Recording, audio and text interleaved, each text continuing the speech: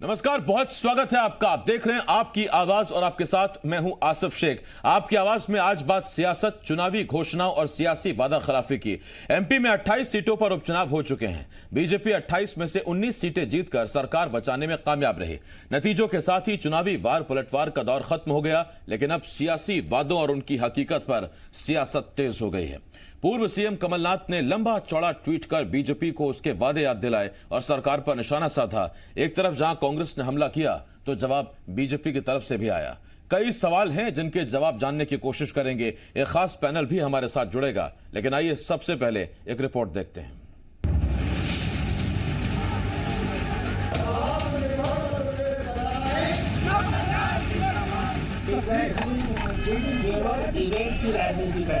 लोकतंत्र के लिए जितने जरूरी चुनाव हैं, उतना ही जरूरी है जनता के विकास के लिए सियासी दलों का विजन। मगर जब विजन सिर्फ चुनावी घोषणाओं तक सीमित रह जाए तो फिर जनता ठगी रह जाती है और नेता सत्ता की मलाई खाते हैं। सियासत कहीं की भी हो, वादे करना और फिर सत्ता में आने के बाद वादे निभाने में जमीन आसमान का अंतर आ जाता है। एमपी में भी यही हो रहा है। एक दिन पहले पूर्व सीएम कमलनाथ ने लंबा चौड़ा ट्वीट कर सरकार को जमकर कोसा। कमलनाथ ने सरकार को उसके वादे याद दिलाए और दो टूक कह दिया कि कांग्रेस एक एक घोषणा का हिसाब लेगी। पहले जरा देखिए कमलनाथ ने ट्वीट में क्या लिखा।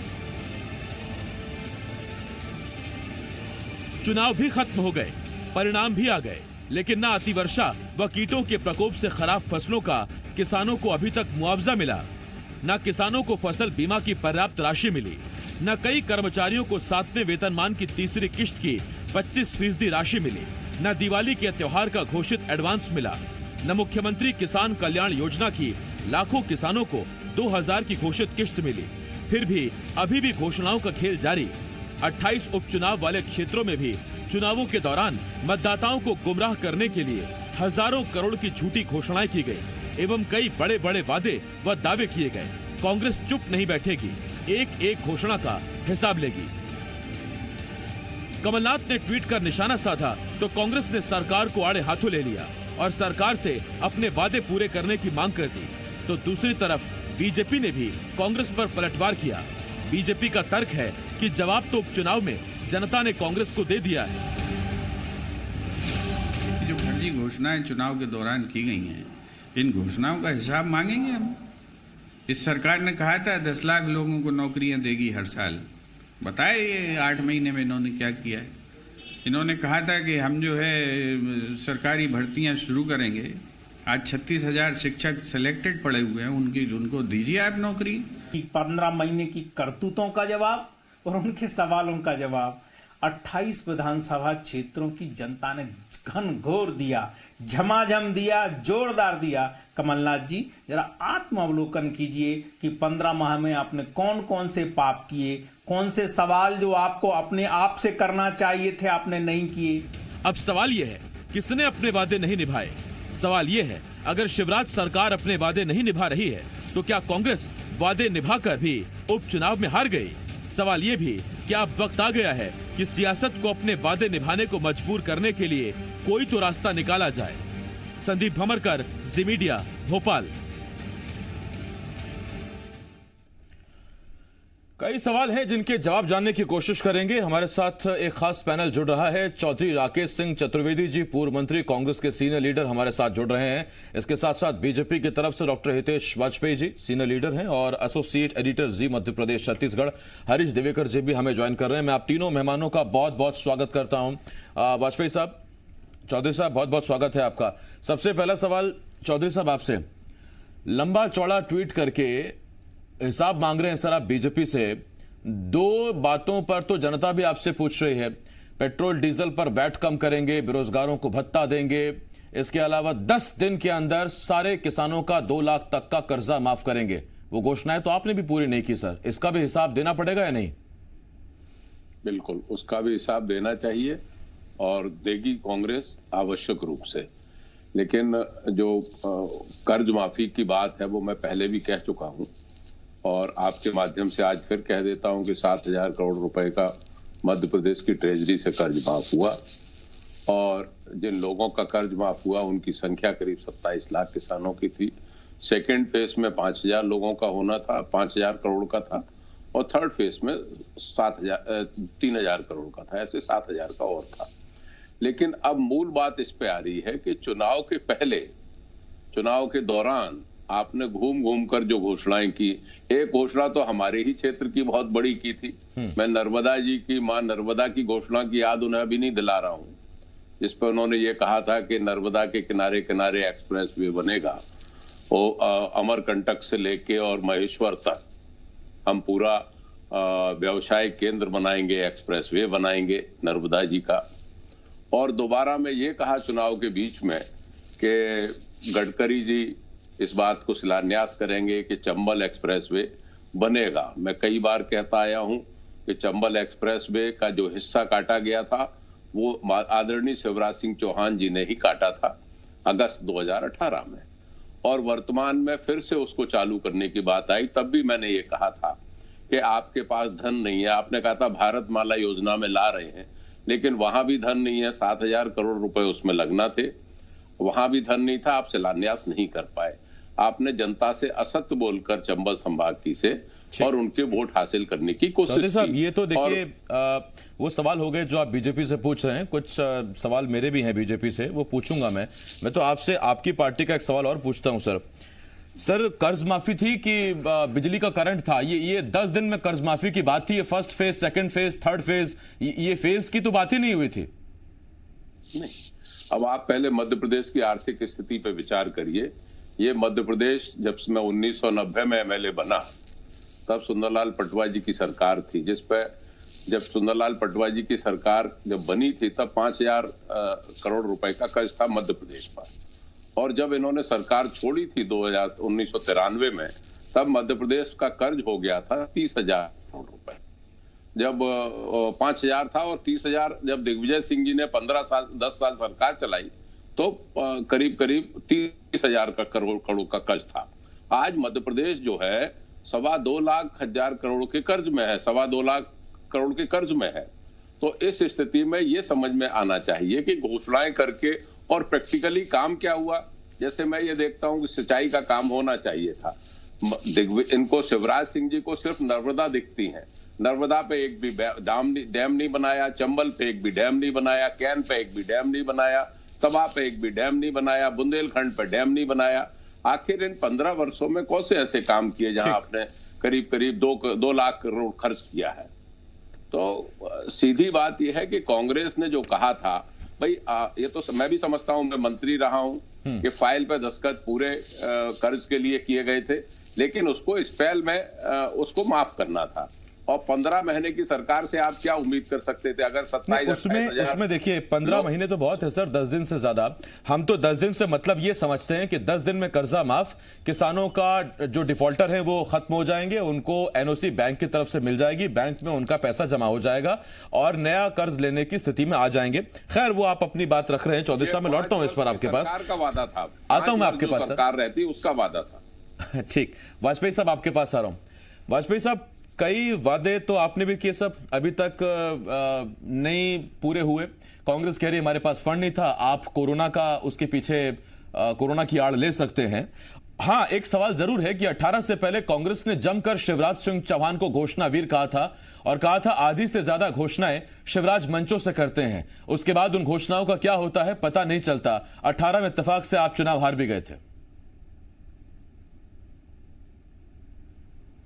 देखिए आसिफ जी, मैं 2-3-4 उदाहरण देते जाता हूँ।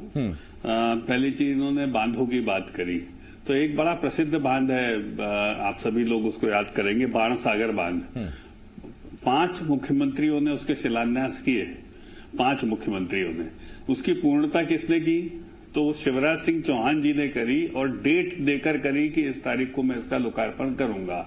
नहीं तो 5 मुख्यमंत्री हो गए। तब मैं नाम नहीं बताऊंगा, वो 90 से विधायक रहे साहब। 90 में तो मैं सेकेंड ईयर में पढ़ा करता था, तो मैं तो बहुत छोटा रहा था, तो आप ज्यादा जानते हैं, तस्दीक करेंगे, तथ्यात्मक बात है। तो बाणसागर बांध के ऊपर डॉक्यूमेंट्री बनना चाहिए कि कैसे जवाहरलाल नेहरू जी के समय से लेके आज तक वो उसके नाम पे पैसा निकाला जाता रहा और शिलान्यास होते रहे, लेकिन वो 70 साल पूर्ण नहीं हुआ। तो ये कांग्रेस की स्टाइल ऑफ फंक्शनिंग है, जिसको पूर्णता देने का काम शिवराज सिंह चौहान जी जैसे नेतृत्व ने किया। दूसरी बात, मध्य प्रदेश में 70 साल साहब सरकारें आती रही जाती रही, किसी भी सरकार ने ये नहीं सोचा कि किसानों को जो ऋण मिलता है वो हम ब्याज मुक्त दे दें। यानी कि जो किसानों को जो ऋण दिया जाता है उसका ब्याज सरकार भर दे। ब्याज मुक्त का मतलब ये होता है जिससे कि उसको ऋण मिलता रहे, ब्याज सरकार देती रहे और मूलधन वो वापस करता रहता है, तो जिससे रोटेशन चलता है। इन्होंने कहा 1 दिन 2 दिन 10 दिन पूरा कर्जा माफ, 2 लाख तक का जाओ मजे करो। लोगों ने पैसा देना बंद कर दिया। सरकार ने 5,000 6,000 करोड़ डिफॉल्टर जो इनके एनपीए हो गए थे, खाते बंद हो गए थे, ऐसे किसानों का ऋण का पैसा बैंकों को थोड़ा बहुत दे दिया। तो उन्होंने क्या किया कि उसको एनपीए खाते से चालू खाते में ले आए, मूलधन अभी भी नहीं दिया, तो उसको अभी फिर झूठ बोलना शुरू कर दिया इन्होंने कि 26 लाख 27 लाख को फलाना, और चरण नारायण नीले पीले फॉर्म सब देख लिया हमने साहब पूरे प्रदेश में क्या हुआ। और आपने खुद ही कहा था 54,000 करोड़ खर्च होगा, तो 6,000 करोड़ में 26 लाख कहां से हो जाएंगे साहब, मूलधन कहां से चुकता हो जाएगा। तो ये सब अपनी समझ के बाहर है। ये गिमिक करते रहे, वही दूसरी ओर आप आ जाइए। 7 महीने में 1,76,000 मकानों की चाबी आपने मकान सरेंडर कर दिए थे प्रधानमंत्री आवास योजना के, 1,76,000 मकानों की चाबी दे दी गई। 20,000 रेडी पटरी वालों को, ठेले वालों को 10,000 रुपए का कोलेटरल फ्री लोन, ब्याज मुक्त लोन दे दिया गया। और जिसकी दूसरी पारी भी अभी आपने देखा होगा 10 तारीख के पश्चात पूरी हुई, उस कार्यक्रम में मैं खुद था। उसके बाद फसल बीमा योजना और कीट प्रकोप जिनकी ये बात कर रहे हैं, लगभग 4,500 से 5,000 करोड़ के बीच की राशि है, लगभग 4,700 कुछ करोड़ की राशि है जो किसानों को दी जा चुकी है।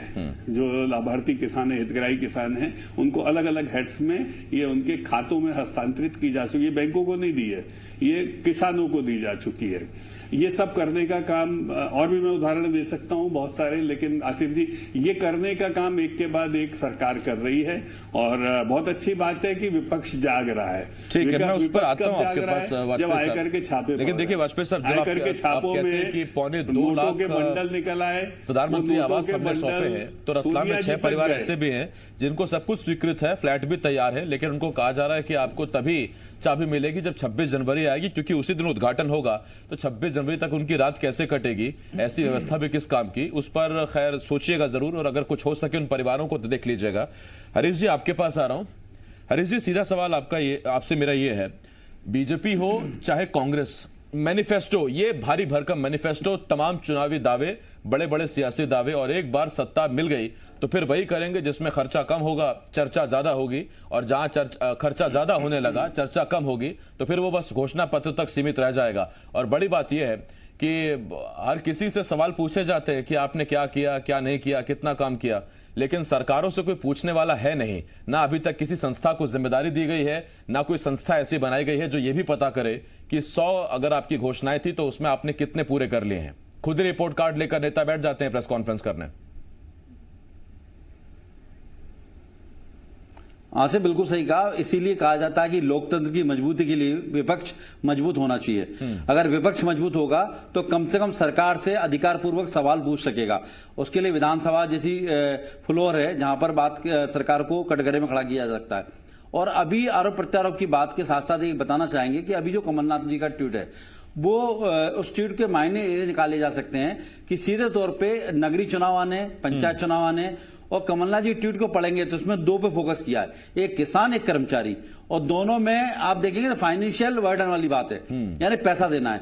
कमलनाथ जी 15 महीने सीएम रहे, वो प्रदेश के खजाने की स्थिति जानते हैं, और मुख्यमंत्री शिवराज सिंह चौहान जी ने जिस तरह घोषणाएं की हैं वो उसकी स्थिति जानते हैं। घोषणा करना और उन्हें पूरा करना जमीन आसमान का अंतर है, क्योंकि जिस तरह की हालात वैश्विक बने, कोरोना महामारी चलते बने, रेवेन्यू स्थिति बनी है, तो उन्हें पता है कि किस तरह से सरकार की हालत है, और इसीलिए उन्होंने जो नब्ज है, दुखती नब्ज है, उस पर हाथ रखा है, क्योंकि इसका सीधा असर आने वाले 2-3 माह के अंदर, जिस तरह नगरीय चुनाव के घोषणा की उम्मीद की जा रही है कि इन घोषणा हो जाएंगे 2-3 माह में नगरीय चुनाव, तो इसका सीधा असर वहां देखने को मिलेगा। पंचायत चुनाव में असर देखने को मिलेगा, किसान और कर्मचारी। तो इसलिए ये दबाव बनाया जा रहा है कि आपने जो घोषणा की पैसा बांटने, पैसा सरकार के पास है नहीं। यदि सरकार पैसा नहीं बांटती तो कांग्रेस चढ़ेगी और पैसा बांटती है, दूसरी योजना प्रभावित होगी। तो कहीं ना कहीं एक तरह से कमलनाथ जी का जो ट्वीट है वो इस तरह से इशारा करता है कि दबाव बनाने की कोशिश है कि यदि आप करते हैं तो फंसते हैं और नहीं करते तो फंसते हैं, क्यों मिसबैलेंस होगा सरकार का, और सरकार मिसबैलेंस होगी तो कहीं ना कहीं दूसरी योजना पर असर पड़ेगा,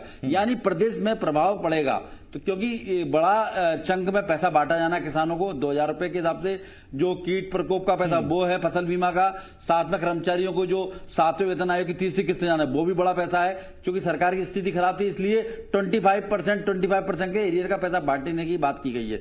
अब ऐसे में कर्मचारी को उकसाया जा रहा है, कर्मचारी को लगेगा हमें पैसा मिलना चाहिए, जब आप दूसरी घोषणा कर रहे हो। किसानों को लगना चाहिए हमने वोट दिया भरपूर और हमारी बात थी 2 लाख कर्ज माफी नहीं हुआ तो आप पैसा दो जो घोषणा की है। तो कुल मिला के ये जनता तक मैसेज पहुंचाया जा रहा है और अगले चुनाव की रणनीति, उपचुनाव में जो होना था हो गया, आगे की बीती ताय बिसार दे, आगे चलिए, उस पर कांग्रेस अब रणनीति बना रही है। जहां एक तरफ संगठन अपना मजबूत कर रही है, वहां साथ में एक मजबूत विपक्ष के नाते पूरे सवाल कटघरे में सरकार को खड़ा करने को प्रयास किया जा रहा है। बिल्कुल, भूमिका पूरी कांग्रेस निभाने की कोशिश करे। वाजपेयी साहब, पहले मैं आपके पास आ रहा हूं, चौधरी साहब उसके बाद मैं आपके पास आऊंगा। वाजपेयी साहब, मंच से ही एक बड़ी घोषणा हुई थी कि 6,000 रुपए तो मोदी सरकार दे ही रही है 3 किश्तों में किसानों को आर्थिक मदद के तौर पर, 4,000 रुपए हम भी देंगे, 10,000 रुपए मध्य प्रदेश के किसानों को मिलेगा। 2,000 रुपए की राशि अब तक किसानों के खाते में पहुंची नहीं है। 7वें वेतनमान को लेकर देखिए कर्मचारी यहां वहां प्रदर्शन कर रहे हैं, उन पर नजर इनायत कर लीजिए। काम क्या किए जा रहे हैं? लव जिहाद के खिलाफ कानून बनाया जाएगा, उसमें कोई पैसा खर्च हो नहीं रहा। गौ कैबिनेट बनाई जाएगी, उसमें कोई पैसा खर्च हो नहीं रहा। आनंद मंत्रालय कहां है, क्या किया गया उसमें, क्या बजट है उसका, कहां कितना खर्च हुआ, उसके बारे में पता नहीं। मंचों से घोषणाएं होती हैं सर। देखिए आसिफ जी, मुझे लगता है कि कांग्रेस की सरकार चली गई है तो इसीलिए मैं जवाब दे सकता हूं। और मैं आपको बता दूं कि 19 जिलों की राशि किसान कल्याण कोष की रोकी गई थी चुनाव की वजह से, क्योंकि आचार संहिता लगी थी। और हरीश जी को शायद वो प्रेस नोट भी याद होगा और वितरण भी याद होगा कि 19 जिले जहां पर की ये वाजपेयी साहब, मैं आपको 1 मिनट दे पाऊंगा, इसीलिए सब समेट लीजिएगा सर। इसमें बाकी जिलों में वो राशि भेज दी गई है। जी मैंने कहा सर 1 मिनट दे पाऊंगा, समेट लीजिएगा इसमें। चौधरी साहब के पास भी जाना है। हाँ बस मैं नहीं मैं तो समेट दूंगा, हमारे पास 3 साल का समय है, मुझे कोई चिंता नहीं है। तो 19 जिले छोड़कर सभी जगह राशि किसान कल्याण की दी जा चुकी है और वो 10,000 के मान से दी गई है। फिर उसके बाद पहली किस्त जो दी गई है। दूसरी बात, जो 19 जिलों का जो होना है वो अभी 26 को शायद कैबिनेट है, इसके पश्चात बचे हुए 19 जिलों को भी हस्तांतरित की जाएगी, जो कहा गया था चुनाव के उपरांत की जाएगी। तो इसमें मुझे नहीं लगता कि कोई इधर की बात है। दूसरी बात जो आपने कही है कि चंबल एक्सप्रेस हाईवे, और ये जो बात कही, चंबल एक्सप्रेस हाईवे में भूमि का अधिग्रहण जारी है और भूमि का अधिग्रहण समाप्त होने के पश्चात गडकरी जी ने कहा है कि वो शिलान्यास करेंगे और ये होगा। जैसे गोल्डन क्वार्टर लेंगे, आपको याद हो कि स्वर्णिम चतुर्भुज योजना थी। स्वर्णिम चतुर्भुज योजना देश में लाया कौन है? आप एक बीजेपी की तरफ से आई है, लेकिन उसमें समस्या ये होती है जब आप स्वर्णिम चतुर्भुज या आप ऐसी योजनाओं का जिक्र करते हैं तो फिर हमें मेट्रो की भी याद आ जाती है, और उस मेट्रो की क्या हाल है और कब से वो लंबित है उस पर भी थोड़ा सा रहेगा। आप देखिए, चौधरी साहब आप ही के पास आ रहा हूँ सर। वाजपेयी साहब 1 मिनट मैंने आपको कहा था मेरे पास, चलिए साथ में देखिए। चौधरी साहब आपके पास आ रहा हूँ। अगर आपके वादे आपने 15 महीनों में इतने ही पूरे किए तो फिर क्या वजह थी कि आपको 28 विधानसभा चुनावों में, उपचुनावों में ये नतीजे मिले? नहीं, वादे तो मैं कह रहा हूं ना कि कांग्रेस ने जो किए थे उसको पूर्णतः निभाने की कोशिश की है। वो 5 साल का उनका टारगेट था। 15 महीने भी नहीं, 11 महीने मिले कमलनाथ जी को, उसमें उन्होंने पॉजिटिव साइन दिया मध्य प्रदेश में। वो 2 गाने लगे थे, लोगों को विश्वास होने लगा था, रोजगार के लिए भी कदम उठाए गए थे। लेकिन आप जो कहना चाह रहे हैं कि अब हमारी प्लानिंग क्या है, 15 महीने में जो कर सकते थे वो किया, जो सरकार एक कर सकती थी। और अगर हम भारतीय जनता पार्टी के कार्यकाल को देखें तो 8 महीने आपने एक बहुत बढ़िया बात उठाई कि अब आपने लव जिहाद की तरफ छोड़ दिया। 8 महीने तक मध्य प्रदेश के बेरोजगार, उद्योग धंधे सब आपने चौपट कर रखे थे, आपको चुनाव दिख रहा था। एक चीज जो मैंने पाई, चौधरी साहब से सवाल पूछे तो वो सरकार को कोसते हैं, वाजपेयी साहब को पूछिए सवाल तो वो पिछली सरकार को कोसते हैं। खैर उसी में वक्त निकल जाएगा। वाजपेयी साहब आपके पास भले ही 3 साल होंगे, मेरे पास यही आधा घंटा होता है, मुझे सब कुछ इसी में समेटना होता है, मजबूरी मेरी भी समझिए। बहुत धन्यवाद आपका चौधरी साहब। वाजपेयी साहब, हरीश जी बहुत शुक्रिया आपका इस तमाम जानकारी के लिए, हमारे साथ जुड़ने के लिए, बातचीत करने के लिए। छोटा सा ब्रेक के बाद छत्तीसगढ़ का मुद्दा है, बहुत जल्द लौट रहे हैं।